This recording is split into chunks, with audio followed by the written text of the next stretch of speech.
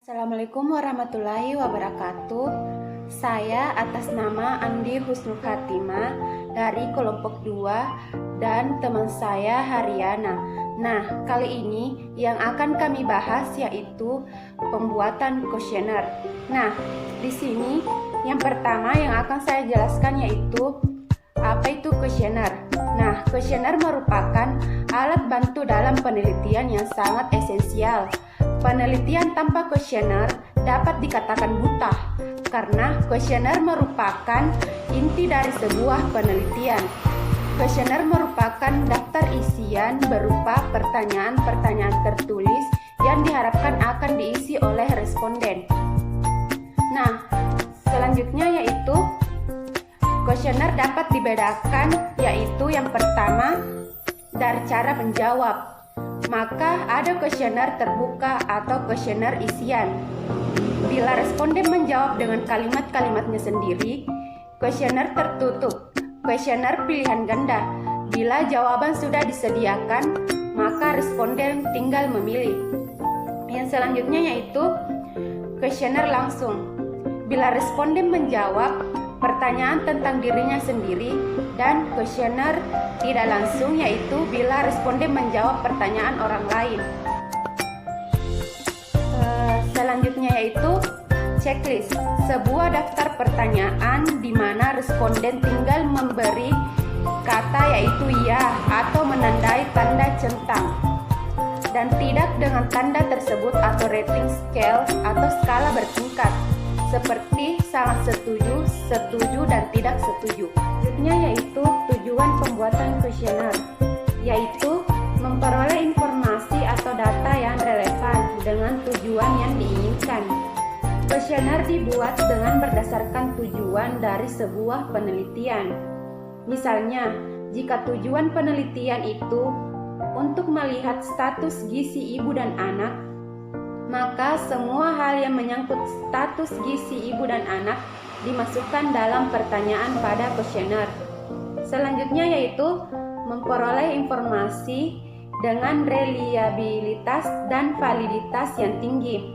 Kuesioner membantu kita dalam memperoleh validitas data di masyarakat. Kevaliditasan data juga tergantung pada kejujuran si pewawancara dan responden dalam sebuah penelitian. Nah, selanjutnya yaitu isi pertanyaan kuesioner.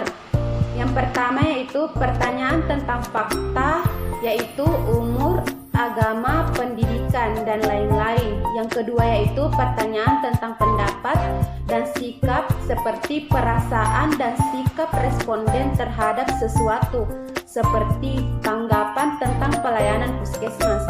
Yang ketiga yaitu pertanyaan tentang informasi, misalnya menyangkut apa yang diketahui responden dan sejauh mana diketahui seperti pengetahuan. Yang terakhir yaitu pertanyaan tentang persepsi diri, seperti responden menilai perilakunya sendiri yang berkaitan dengan lainnya, seperti sering tidaknya anak dibawa ke posyandu. Nah, yang akan saya bahas selanjutnya yaitu beberapa cara pemakaian kuesioner.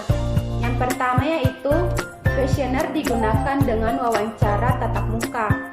Yang kedua yaitu kuesioner diisi sendiri oleh responden. Yang ketiga yaitu kuesioner digunakan dengan cara wawancara melalui telepon. Yang terakhir yaitu kuesioner diposkan.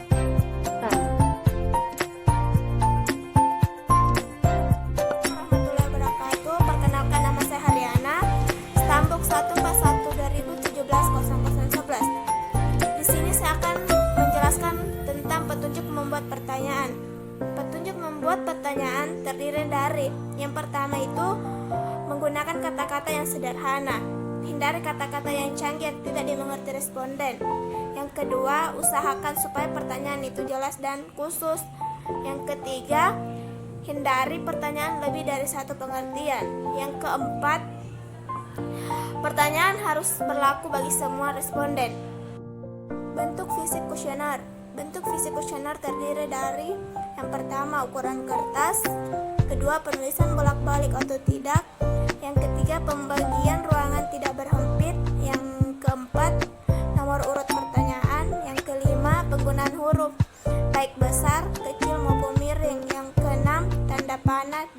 kotak pertanyaan. Adapun keuntungan memakai kuesioner. Yang pertama, relatif lebih mudah dan dapat menjangkau banyak orang. Yang kedua, dapat menjangkau wilayah yang luas dalam jangka waktu yang tidak terlalu lama. Yang ketiga, pertanyaan dapat dibuat sama. Pedoman pengisian kuesioner. Pedoman pengisian kuesioner merupakan pedoman bagi pewawancara agar mereka mengerti apa yang ingin disampaikan pada pertanyaan tersebut, sehingga data yang diambil jelas dan benar. Dalam pedoman pengisian kuesioner, tiap pertanyaan diajukan pertanyaan yang jelas dan terperinci. Penggunaan bahasa.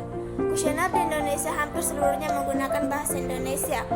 Hal ini perlu ditinjau karena kebanyakan responden, terutama dari pedesaan, tidak dapat menggunakan bahasa Indonesia yang baik dan benar, dan pewawancara tidak dapat diharapkan menerjemahkan pertanyaan-pertanyaan yang diajukan.